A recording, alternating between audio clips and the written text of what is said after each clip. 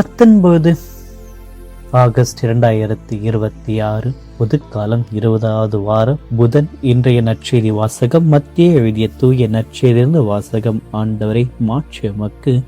அதிகாரம் 20 இறை வசனங்கள் 1-16 முடிய. அக்காலத்தில் இயேசு கூறியது, விண்ணரசை பின்வரும் நிகழ்ச்சிக்கு ஒப்பிடலாம். நிலைக்கிழா ஒருவர் தம் வேலையாட்களை வேலைக்கு அமர்த்த விடியற் காலையில் வெளியே சென்றார். அவர் நாளொன்று ஒரு தெனாரியம் கூறின வேலையாட்கள் ஒத்துக்கொண்டு அவர்களை தம் திராட்சை தோட்டத்திற்கு அனுப்பினார். ஏறக்குறைய காலை 9 மணிக்கு அவர் வெளியே சென்ற பொழுது சந்தை வெளியில் வேறு சிலர் வேலையின்றி நிற்பதை கண்டார். அவர்களிடம், நீங்களும் திராட்சை தோட்டத்திற்கு போங்கள், நேர்மையான கூலியை உங்களுக்கு கொடுப்பேன் என்றார். அவர்களும் சென்றார்கள். மீண்டும் ஏறக்குறைய 12 மணிக்குள் பிற்பகல் 3 மணிக்கும் வெளியே சென்று அப்படியே செய்தார். ஏறக்குறைய 5 மணிக்கும் வெளியே சென்று வேறு சிலர் நிற்பதையும் கண்டார். அவர்களிடம், நாள் முழுவதும் வேலை செய்யாமல் ஏன் இங்கே நின்று கொண்டிருக்கிறீர்கள் என்று கேட்டார். அவர்கள் அதை பார்த்து, எங்களை எவரும் வேலைக்கு அமர்த்தவில்லை என்றார்கள். அவர் அவர்களிடம், நீங்களும் என் திராட்சை தோட்டத்திற்கு போங்கள் என்றார். மாலையானதும் திராட்சை தோட்ட உரிமையாளர் தம் மேற்பார்வையாளரிடம் வேலையாட்களை அழைத்து, கடைசியில் வந்தவர் தொடங்கி முதல் வந்தவரை அவர்களுக்குரிய கூலி கொடும் என்றார். எனவே 5 மணியளவில் வந்தவர்கள் 1 தெனாரிய வீதம் பெற்றுக் கொண்டனர். அப்பொழுது முதலில் வந்தவர்கள் தங்களுக்கு மிகுதியாக கிடைக்கும் என்று எண்ணினார்கள். ஆனால் அவர்களும் 1 தெனாரிய வீதம் பெற்றார்கள். அவர்கள் அதை பெற்றுக்கொண்ட பொழுது அந்நிலக்கிழாவிற்கு எதிராக முணுமுணுத்து, கடைசியில் வந்த இவர்கள் 1 மணி நேரம் வேலை செய்தார்கள். பகல் முழுது வேலை பளுவையும் கடும் வெயிலையும் தாங்கிக் கொண்டு எங்களோடு இவர்களையும் இணையாக்கி விட்டீரே என்றார்கள். அவரோ அவர்கள் ஒருவரை பார்த்து, தோழரை, நான் உமக்கு அநியாயம் செய்யவில்லை. நீர் என்னிடம் 1 தினாரியம் கூலிக்கு ஒத்துக்கொள்ளவில்லையா? உமக்குரியதை பெற்றுக்கொண்டு போய்விடும். உமக்கு கொடுத்தபடியே கடைசியில் வந்த இந்த இவருக்கும் கொடுப்பது என் விருப்பம். எனக்குரியதை நான் என் விருப்பப்படி கொடுக்க கூடாதா? அல்லது நான் நல்லவனாய் இருப்பதால் உமக்கு பொறாமையா என்றார். இவ்வாறு கடைசியானோர் முதன்மையாவர், முதன்மையானோர் கடைசியாவர் என்றார். ஆண்டவரின் அருள்வாக்கு. கிறிஸ்துவே உமக்கு புகழ். இயேசுவில் பிரியமான அன்பு சகோதர சகோதரிகளை, இன்றைய நாளில் இறைவன் அனைவரையும் நிறைவாக ஆசிர்வதிக்கும்படியாகும். இன்று புனித பிரான்சிஸ் கேன் இவருடைய நினைவு நாளை கொண்டாடுகின்றோம். இவர் கேன் நகரில் பிறந்து பக்தியுள்ள கிறிஸ்தவர்களாக வாழ்ந்தவர். சிறு வயதிலிருந்து ஏழைகள் மற்றும் பிளேக் நோயால் பாதிக்கப்பட்டவர்களுக்கு அன்புடன் சேவை செய்தவர். அன்னை மரியாவையும் இயேசுவை ஆழமாக நேசித்து தூய்மையான வாழ்வை மேற்கொண்டார்.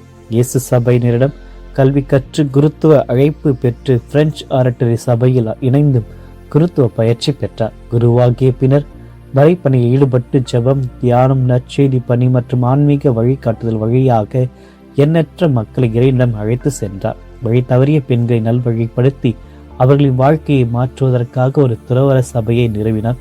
பின்னர் நல்லாயன் கன்னியர் என்ற ஒரு சபையை உருவாக்கத்திலும் பங்களித்தார். மேலும் இயேசுவின் திரு இருதயம், அன்னை மரியா மாசற்ற இருதயம் ஆகியவற்றுடைய பக்தியை மக்களிடையே வளர்த்தார்.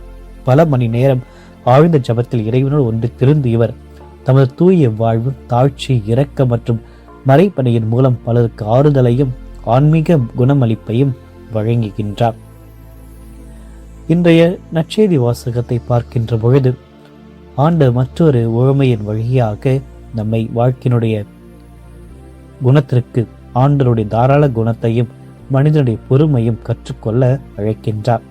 இந்த உலகத்தில் நாம் எதை செய்தாலும் உடனடியாக ஒரு கணக்கு பார்க்கிறோம். நாம் எவ்வளவு உழைத்தேன், எனக்கு என்ன பலன் கிடைக்கிறது, மற்றவர்களை விட எனக்கு அதிகமாக கிடைத்ததா என்ற ஒப்பிட்டு மனப்பான்மையை நம்மிடம் எப்பொழுதும் இருக்கிறது. ஆனால் கடவுளுடைய அவருடைய ஆட்சியானது நம்முடைய கணக்குகள் படி இயங்குவது அல்ல. அது அவருடைய அளவற்ற கிருபையினாலும் தாராள குணத்தினாலும் இயங்குகிறது. இன்றைய நற்செய்தி வாசகத்தில் திராட்சை தோட்டத்து உரிமையாளர்களுடைய ஓமை வழியாக நமது மனித நீதியை தாண்டி நிற்க ஒரு தெய்வீக நீதியையும் பேரன்பையும் இயேசு நமக்கு அறிமுகப்படுத்துகிறார். யூதர்கள் வழக்கப்படி வேலை நேரம் என்பது காலை 6 மணியிலிருந்து மாலை 6 மணி வரை.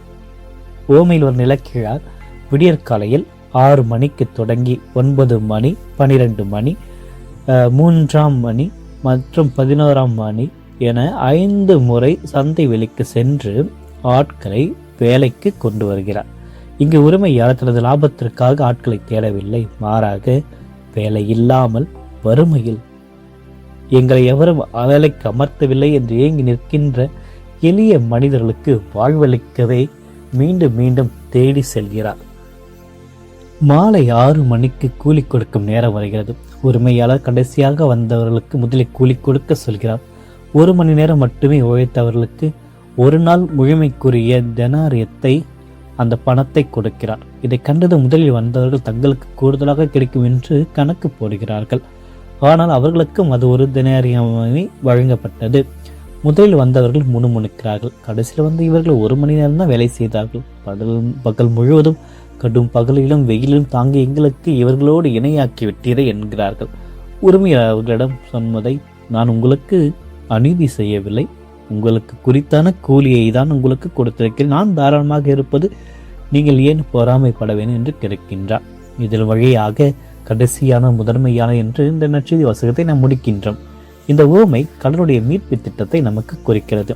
இஸ்ரேல் மக்கள் தங்களை இறைவனால் முதலில் அழைக்கப்பட்ட முதன்மையாளர் என்று பெருமிதம் கொண்டார்கள். ஆனால் புறவினத்து மக்களும் பாவிகளும் கூட கடவுளுடைய அருளால் சமமான மீட்பை பெறுகிறார்கள் என்பதைதான் சீடர்களுக்கு உணர்த்தவே இந்த ஒரு உவமையை இறைமகன் இயேசு குறிப்பிடுகின்றார். நமது ஆன்மீக வாழ்விலும் நாமும் சில நேரங்களில் முதலில் வந்த தொழிலாளர்களைப் போல சிந்திக்கின்றோம். நான் பிறப்பிலிருந்தே கிறிஸ்தவன், தினமும் ஜெபிப்பவன், பல தியாகங்கள் செய்பவன், நேற்று மனம் மாறிய ஒரு பாவிக்கும் எனக்கு ஒரே விண்ணகம் எப்படி கிடைக்கலாம் என்ற ஒரு எண்ணம் நமக்கு கிடைக்கும். ஆனால் மீட்பு என்பது நம்முடைய உழைப்பிற்கு கிடைக்கும் சம்பளம் அல்ல. அது கடவுள் தன் சொந்த விருப்பத்தால் தருகின்ற இலவச கொடை. இந்த நற்செய்தி சிந்தனை நம் அன்றாட வாழ்வில் எவ்வாறு செயல்படுத்தலாம்? மற்றவருடைய வளர்ச்சியையோ அவர்களுக்கு கிடைக்கும் நன்மைகளையே கண்டு ஒருபொழுதும் பொறாமைப்படக்கூடாது.